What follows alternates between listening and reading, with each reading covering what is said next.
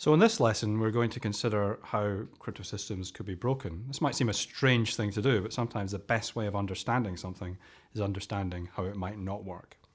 So at the end of this lesson, you'll be able to appreciate that cryptographic algorithm is only one component of a wider crypto system. And you'll be able to identify potential points of vulnerability in a crypto system. So let's start with that word crypto system, which is a new word we've introduced.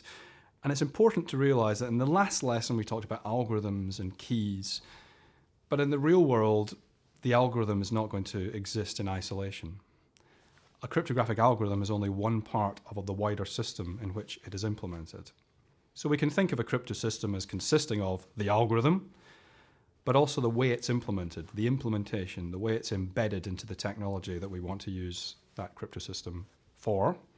But critically also, the way the keys are managed. Keys play a very, very important role in cryptography, and they have to be looked after and integrated into a system.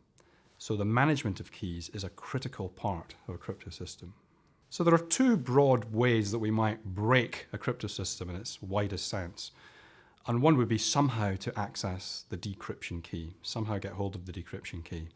If you're able to do that, all ciphertext produced using the matching encryption key will be recoverable. An alternative is somehow to find a way of getting hold of plain text without that decryption key. And both of these, if either of these things happen, we'll consider the crypto system broken. So let's start with the first component of that crypto system, the algorithm itself. And in an alarming piece of news, an algorithm can always be broken. How is that? Well, let's consider that an attacker observes a ciphertext that has been scrambled, and they recover this ciphertext by listening into the channel on which it's sent. It doesn't make any sense to them. But they know the algorithm that was used, and that is normal. We normally know the algorithm that is used to produce ciphertext. So if they know the algorithm, there's always the option of trying out every single possible decryption key that exists. Take the first decryption key, try it, decrypt the ciphertext, see if that makes sense. Take the second decryption key, decrypt the ciphertext, see if that makes sense, and continue.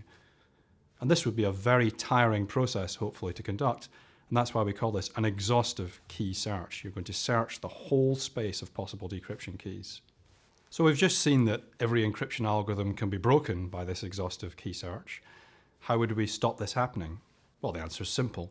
Make sure there are so many decryption keys that this is just a waste of time for anyone to conduct. And that's exactly what happens. In any encryption algorithm we use in a modern technology, there are so many possible keys that it's just totally unrealistic on modern computers to search through all these keys and find it by accident. So in fact, we shouldn't really worry in modern cryptography about exhaustive key search. We're going to make that impossible to conduct in practice. Now, if we take real encryption algorithms used in real commercial products like the advanced encryption standard, it's probably fair to assume, in fact, that the algorithm does not really have any weaknesses. Why is that? Well, most modern encryption algorithms are studied by experts. They are submitted to standardization panels. Many people have looked at them, analyzed them. They cannot see any weaknesses. Now, that doesn't mean they don't exist, but it means that the sort of expert belief is that there are no weaknesses. And it would be reasonable, therefore, to assume that in a modern technology, normally, there's a good encryption algorithm being used, and there are so many keys that attacking the crypto system by means of the algorithm is not realistic.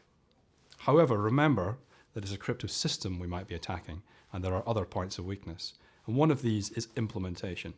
That strong algorithm has got to be put onto a real technology. And during implementation, many things can go wrong. Someone might not follow the instructions, things might not work as expected, systems might not integrate as well as we hoped.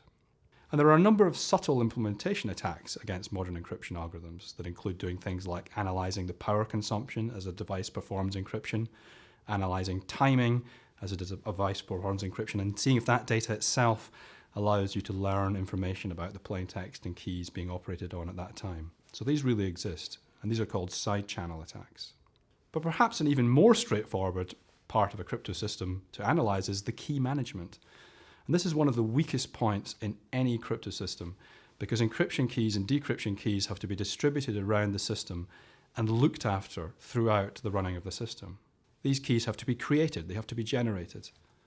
They have to be established around the network in the right places where they're needed. They have to be stored securely on devices. And when their lifetime is over, they have to be destroyed. Sometimes they need to be changed. And all of these phases are phases where, in theory at least, a crypto system could be weak if any one of these stages is exploited. There's one other part of a crypto system that's very vulnerable, and it's a somewhat obvious part of a crypto system, but it's one many people overlook, and that's the endpoints.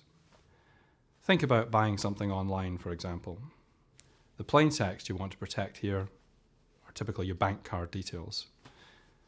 Normally, we encrypt that traffic as it goes across the internet. It arrives at the online store. They decrypt these details. But the question is, what happens to the bank card details at either end? Where are your bank card details? Have you put them into a file on your computer? Are they available to someone who's next to your computer and can see the card details? And what happens to the bank card details after the online store decrypts them? What do they do with them? And sometimes we don't know.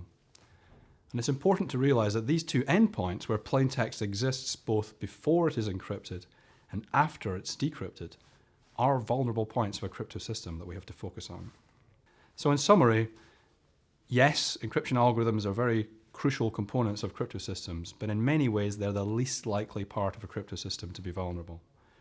The most common places we might expect to see weaknesses are the implementation, the management of the keys, and management of data when it's not encrypted, plain text as it exists at the endpoints of the system.